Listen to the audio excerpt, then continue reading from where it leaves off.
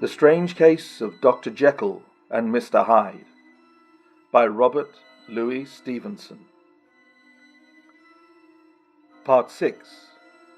The Incident of Dr. Lanyon. Time ran on. Thousands of pounds were offered in reward, for the death of Sir Danvers was resented as a public injury, but Mr. Hyde had disappeared out of the ken of the police, as though he had never existed. Much of his past was unearthed, indeed, and all disreputable. Tales came out of the man's cruelty, at once so callous and violent, of his vile life, of his strange associates, of the hatred which seemed to have surrounded his career, but of his present whereabouts, not a whisper. From the time he had left the house in Soho on the morning of the murder, he was simply blotted out, and gradually, as time drew on, Mr. Utterson began to recover from the hotness of his alarm, and to grow more at quiet with himself. The death of Sir Danvers was, to his way of thinking, more than paid for by the disappearance of Mr. Hyde. Now that evil influence had been withdrawn, a new life began for Dr. Jekyll. He came out of his seclusion, renewed relations with his friends, became once more their familiar guest and entertainer, and whilst he had always been known for charities, he was now no less distinguished for religion. He was busy. He was much in the open air. He did good. His face seemed to open and brighten, as if with an inward consciousness of service, and for more than 2 months the doctor was at peace. On the 8th of January, Utterson dined at the doctor's with a small party. Lanyon had been there, and the face of the host had looked from one to the other as in the old days when the trio were inseparable friends. On the 12th, and again on the 14th, the door was shut against the lawyer. The doctor was confined to the house, Poole said, and saw no one. On the 15th he tried again, and was again refused. And having now been used for the last 2 months to see his friend almost daily, he found this return of solitude to weigh upon his spirits. The 5th night he had in guest to dine with him, and the 6th he betook himself to Dr. Lanyon's. There, at least, he was not denied admittance, but when he came in he was shocked at the change which had taken place in the doctor's appearance. He had his death warrant written legibly upon his face. The rosy man had grown pale, his flesh had fallen away, he was visibly balder and older, and yet it was not so much these tokens of a swift physical decay that arrested the lawyer's notice, as a look in the eye and quality of manner that seemed to testify to some deep-seated terror of the mind. It was unlikely that the doctor should fear death, and yet that was what Utterson was tempted to suspect. Yes, he thought, he is a doctor. He must know his own state, and that his days are counted, and the knowledge is more than he can bear. And yet when Utterson remarked on his ill looks, it was with an air of great firmness that Lanyon declared himself a doomed man. "I have had a shock," he said, "and I shall never recover. It is a question of weeks. Well, life has been pleasant. I liked it. Yes, sir, I used to like it. I sometimes think if we knew all, we should be more glad to get away." "Jekyll, too, is ill," observed Utterson. "Have you seen him?" But Lanyon's face changed, and he held up his trembling hand. "I wish to see or hear no more of Dr. Jekyll," he said, in a loud, unsteady voice. "I am quite done with that person, and I beg that you will spare me any allusion to one whom I regard as dead." "Tut, tut," said Utterson, and then, after a considerable pause, "Can't I do anything?" he inquired. "We are 3 very old friends, Lanyon. We shall not live to make others." "Nothing can be done," returned Lanyon. "Ask himself." "He will not see me," said the lawyer. "I am not surprised at that," was the reply. "Some day, Utterson, after I am dead, you may perhaps come to learn the right and wrong of this. I cannot tell you, and in the meantime, if you can sit and talk with me of other things, for God's sake stay and do so. But if you cannot keep clear of this accursed topic, then in God's name go, for I cannot bear it." As soon as he got home, Utterson sat down and wrote to Jekyll, complaining of his exclusion from the house, and asking the cause of this unhappy break with Lanyon, and the next day brought him a long answer, often very pathetically worded, and sometimes darkly mysterious in drift. The quarrel with Lanyon was incurable. "I do not blame our old friend," Jekyll wrote, "but I share his view that we must never meet. I mean from henceforth to lead a life of extreme seclusion. You must not be surprised, nor must you doubt my friendship if my door is often shut even to you. You must suffer me to go my own dark way.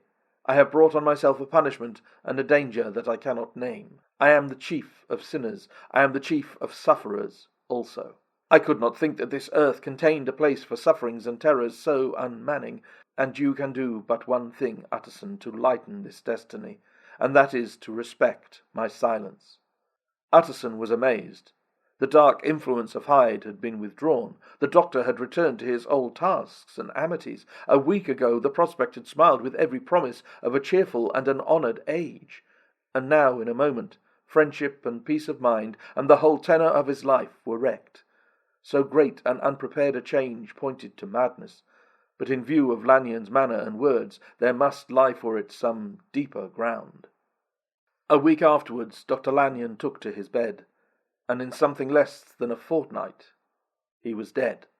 The night after the funeral, at which he had been sadly affected, Utterson locked the door of his business room, and sitting there by the light of a melancholy candle, drew out and set before him an envelope addressed by the hand and sealed with the seal of his dead friend. Private for the hands of J. Utterson alone, and in case of his predecease, to be destroyed unread.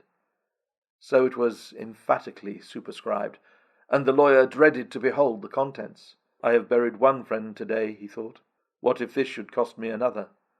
And then he condemned the fear as a disloyalty, and broke the seal. Within there was another enclosure, likewise sealed, and marked upon the cover as not to be opened till the death or disappearance of Dr. Henry Jekyll. Utterson could not trust his eyes. Yes, it was disappearance. Here again, as in the mad will which he had long ago restored to its author, here again were the idea of a disappearance and the name of Henry Jekyll bracketed. But in the will that idea had sprung from the sinister suggestion of the man Hyde. It was set there with a purpose all too plain and horrible. Written by the hand of Lanyon, what should it mean? A great curiosity came on the trustee to disregard the prohibition and dive at once to the bottom of these mysteries. But professional honour and faith to his dead friend were stringent obligations, and the packet slept in the inmost corner of his private safe. It was one thing to mortify curiosity, another to conquer it, and it may be doubted if from that day forth Utterson desired the society of his surviving friend with the same eagerness. He thought of him kindly, but his thoughts were disquieted and fearful. He went to call, indeed, but he was perhaps relieved to be denied admittance. Perhaps in his heart he preferred to speak with Poole upon the doorstep and surrounded by the air and the sounds of the open city, rather than to be admitted into that house of voluntary bondage, and to sit and speak with its inscrutable recluse. Poole had indeed no pleasant news to communicate. The doctor, it appeared, now more than ever confined himself to the cabinet over the laboratory, where he would sometimes even sleep. He was out of spirits, he had grown very silent, he did not read. It seemed as if he had something on his mind. Utterson became so used to the unvarying character of these reports that he fell off little by little in the frequency of his visits. Part 7. Incident at the Window. It chanced on Sunday, when Mr. Utterson was on his usual walk with Mr. Enfield, that their way lay once again through the by-street, and that when they came in front of the door, both stopped and gazed on it. "Well," said Enfield, "that story's at an end at least. We shall never see more of Mr. Hyde." "I hope not," said Utterson. "Did I ever tell you that I once saw him and shared your feeling of repulsion?" "It was impossible to do the one without the other," returned Enfield. "And by the way, what an ass you must have thought me, not to know that this was a back way to Dr. Jekyll's. It was partly your own fault that I found it out, even when I did." "So you found it out, did you?" said Utterson. "But if that be so, you may step into the court and take a look at the windows. To tell you the truth, I am uneasy about poor Jekyll, and even outside I feel as if the presence of a friend might do him good." The court was very cool and a little damp, and full of premature twilight, although the sky high up overhead was still bright with sunset. The middle one of the three windows was halfway open, and sitting close beside it, taking the air with an infinite sadness of mien, like some disconsolate prisoner, Utterson saw Dr. Jekyll. "What, Jekyll?" he cried. "I trust you are better?" "I am very low, Utterson," replied the doctor drearily. "Very low." "You stay too much indoors," said the lawyer. "You should be out whipping up the circulation like Mr. Enfield and me. This is my cousin, Mr. Enfield, Dr. Jekyll. Come now, get your hat and take a quick turn with us." You are very good, sighed the other. I should like to very much, but no. No. It is quite impossible. I dare not. But indeed, Utterson, I'm very glad to see you. This is really a great pleasure. I would ask you and Mr. Enfield up, but the place is really not fit. Why then, said the lawyer good-naturedly, the best thing we can do is to stay down here and speak with you from where we are. That is just what I was about to venture to propose, returned the doctor with a smile. But the words were hardly uttered before the smile was struck out of his face, and succeeded by an expression of such abject terror and despair as froze the very blood of the two gentlemen below. They saw it but for a glimpse, for the window was instantly thrust down, but that glimpse had been sufficient, and they turned and left the court without a word. In silence, too, they traversed the by-street, and it was not until they came into a neighbouring thoroughfare, where even upon a Sunday there were still some stirrings of life, that Mr. Utterson at last turned and looked at his companion. They were both pale, and there was an answering horror in their eyes. God forgive us, said Mr. Utterson. But Mr. Enfield only nodded his head very seriously, and walked on once more in silence.